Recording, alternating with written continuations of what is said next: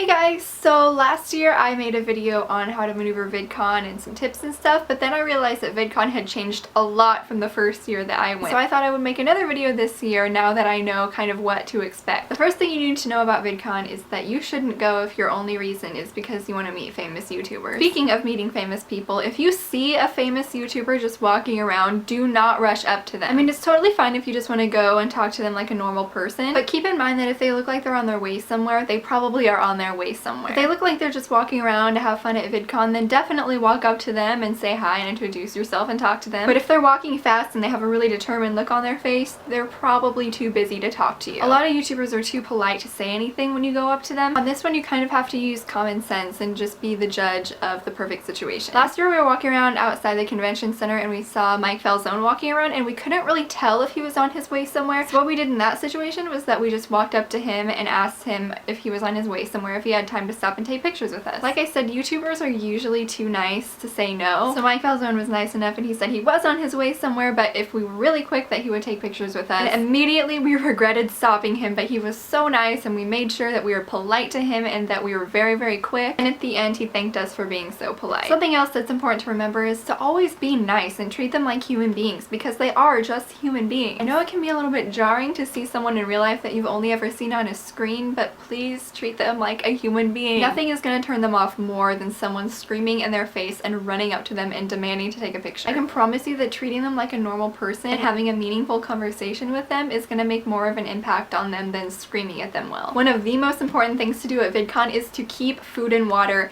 in your backpack at all times. The last thing you want when you're wandering around a convention for 3 days is to get extremely hungry or dehydrated. The convention center does have places where you can buy snacks and drinks, but if you're stuck in panels all day, you're not going to be able to get away and go get something. Since you're on vacation, it's going to be so easy to eat nothing but junk food, but try to eat as healthy as you possibly can because in the end that's going to make you have more energy and feel better. VidCon is definitely a place where it's okay to approach anyone. People that go to VidCon are just a bunch of nerds who want to make friends just as badly as you do. If you see someone wearing a kick-ass outfit or that looks really nice, go up to them and talk to them. I guarantee they want to talk to you just as bad as you want to talk to them. VidCon is an amazing place to make friends and make connections within the YouTube community. Speaking of making new friends, bring business cards with you. As soon as you make a new friend at VidCon, they're gonna want to know what your YouTube channel is. Since you're at a convention, they're not necessarily gonna be able to whip out their laptop and subscribe to you right on the spot. If you have a business card that has your social media information, then they'll be able to find you later. However, do not abuse your business card rights. It's extremely common that people will just try to force their business cards on people. That is the absolute last thing that anyone wants from you. The appropriate time to give someone your business card is when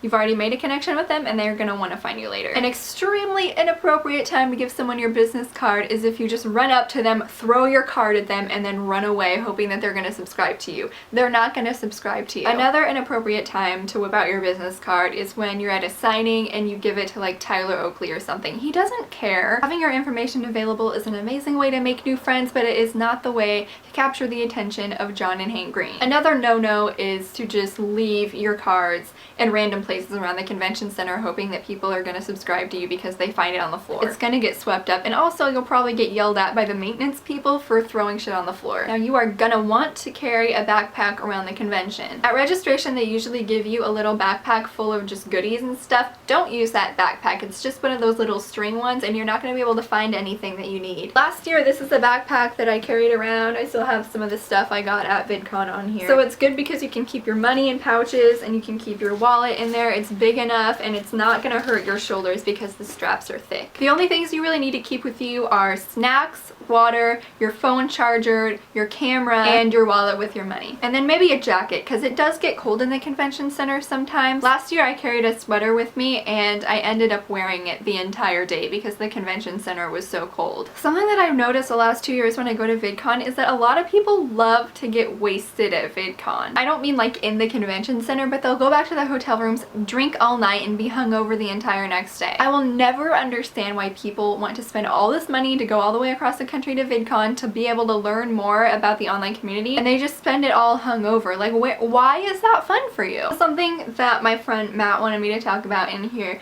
was what to do when you have some free time at VidCon. If you ever don't know what to do, just go to the convention hall and go around to all the booths. They have so many different cool things around there. You have like games and photo booths and puppies. We also wanted to know how you get any sleep, and it's called being old. Like, if you want to get any sleep, you're honestly just gonna have to make some sacrifices. You're gonna have to leave something early. You're gonna have to sleep in as late as you possibly can sleep in. I honestly don't think that sleep is an issue if you're not waking up really early to go to signing. Lastly, and probably the most important thing about VidCon, is to use it to get inspired. You learn a lot about how to make good content. I also have to credit VidCon for the fact that I wanted to move here to LA. So take every opportunity you can to learn as much as you can and improve your channel. So with all that said, I hope you guys have an amazing time at VidCon, and if you see me there, definitely say hi. Like, I literally don't care how busy I look. I promise you I'm not. Look, it's not like I have hundreds of adoring fans, so I'm definitely always gonna want to talk to you. So I guess that's really all the tips I have. If you have any more questions about VidCon, don't be afraid to leave them in the comments below. I hope you guys have an amazing time, and I will hopefully see you guys there. Bye! I went to VidCon and then I realized it had... Can I learn how to talk? Like, I just want to learn how to talk. I don't want to have to do this 5,000 times. I just want to speak eloquently, and like, I can't fucking do it.